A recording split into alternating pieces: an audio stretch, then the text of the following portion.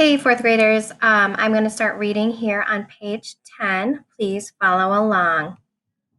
Addison and Molly raced the final 7 blocks to their apartment building on West 86th Street.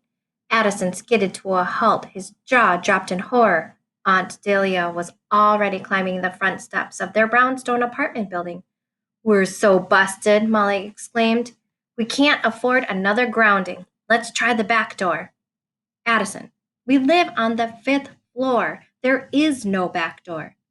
"True, but there is a fire escape." Molly and Addison dashed into the back alley, frightening a skulking cat. The siblings clambered on top of the alley dumpster to reach the wrought iron rungs of the fire escape ladder. Addison began climbing. "Come on, hurry up," urged Molly. Halfway up the ladder, Addison froze. He stared down at the pavement far below, entranced. "Could you go any slower?" "Just give me a sec," said Addison. Molly sighed. "It's your fear of heights, isn't it?" "I'll be fine." "Let's call for Raj or Eddie. If their windows are open, they'll just come out and help you." "If you shout for them, Aunt Delia will hear you." Molly caught up to Addison on the ladder. "Just don't look down. Take deep breaths. You'll be okay." "I don't need help. I'm fine." "Fine." Addison's legs shook. His heart beat against his ribs like a gorilla rattling the bars of its cage.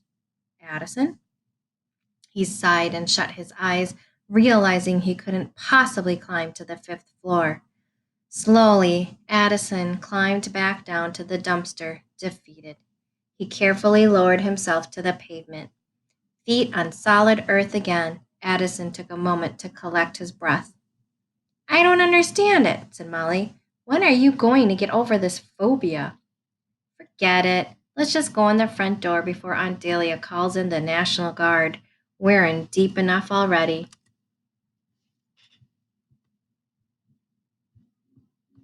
Sorry, I'm just trying to figure out how to turn the page in my document here.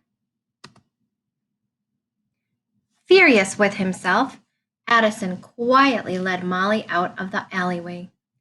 Aunt Delia shook her head back and forth so that her ponytail wagged. She had the frazzled look of a person with 3 days' worth of work to do and only 3 hours to do it. She folded her tortoise-shell glasses and set them loudly on the counter.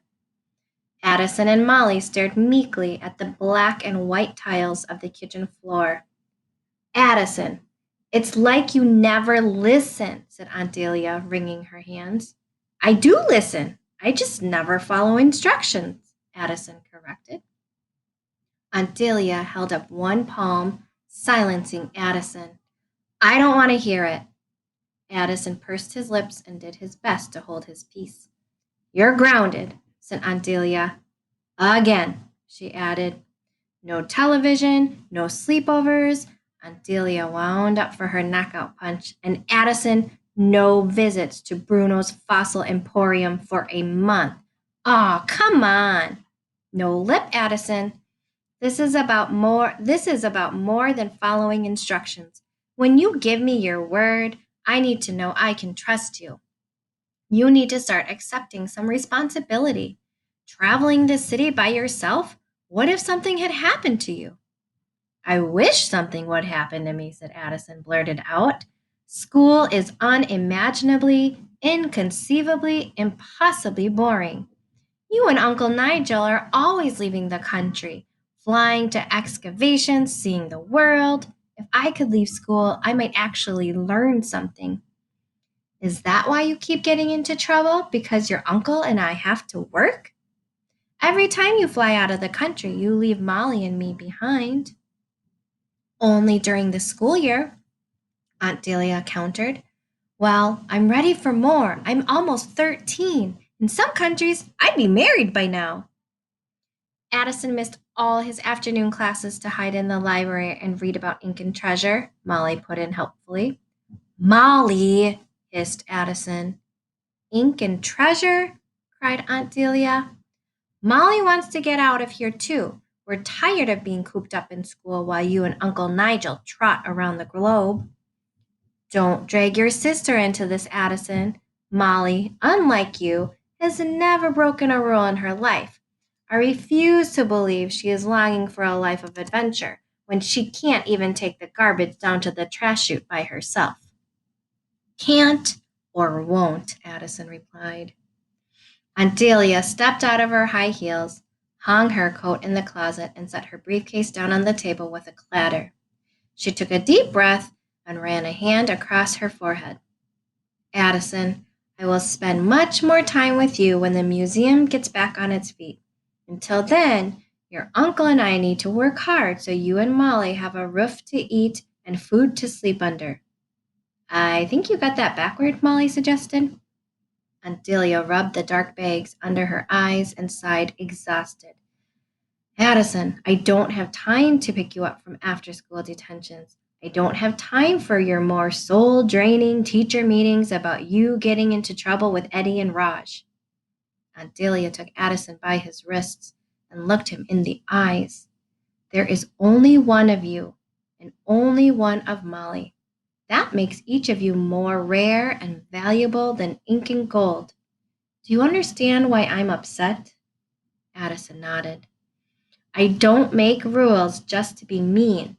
I make rules to prevent you from being, I don't know, kidnapped? Addison nodded again, seeing the sense in this. We have to stick together, all right? All right, said Addison. Stick together, I promise. Addison and Molly shared a bunk bed in their room of Aunt Delia's two-bedroom apartment. Molly's half of the room was strewn with mismatched socks, grass-stained soccer shorts, and mud-caked sports jerseys. Addison's half of the room was as pristine and immaculate as a NASA science lab. Roosting pigeons cooed on the window ledge, watching the afternoon descend into night. Rising wind and brooding gray clouds betrayed a gathering storm. Why do we have to stay with Uncle Nigel this weekend? Molly asked. Addison packed clothes and books into his backpack. Because Aunt Delia's working. But why do we have to stay with Uncle Nigel at the museum? Because Uncle Nigel's working. Why are they always working? Like Aunt Delia said, to take care of us. By ignoring us? More or less, said Addison. He carefully packed his microscope and calligraphy pens. He swiped a pocket notebook off his desk and tucked it into his jacket. His notebooks contained sketches of birds and mammals he observed in the park, as well as pressed leaves and beetles. Addison's uncle always needled him on the first rule of archaeology: record everything. Molly collected socks from the floor and tossed them across the room, making 3-point shots into her laundry hamper. I don't want them to get divorced. It will be like losing our parents a second time. It's just a trial separation. This was not Addison's favorite topic. We've never counted on adults before. We take care of ourselves, right? Molly zipped up her backpack and sat on her bed. Why is our family so weird? Because being weird is better than being ordinary. Molly looked at Addison and frowned. She blew a wisp of hair from her eyes. Somehow, there was always one wisp that managed to escape her ponytail.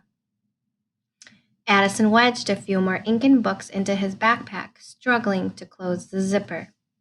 Listen, Ma, what's the most important thing in the world?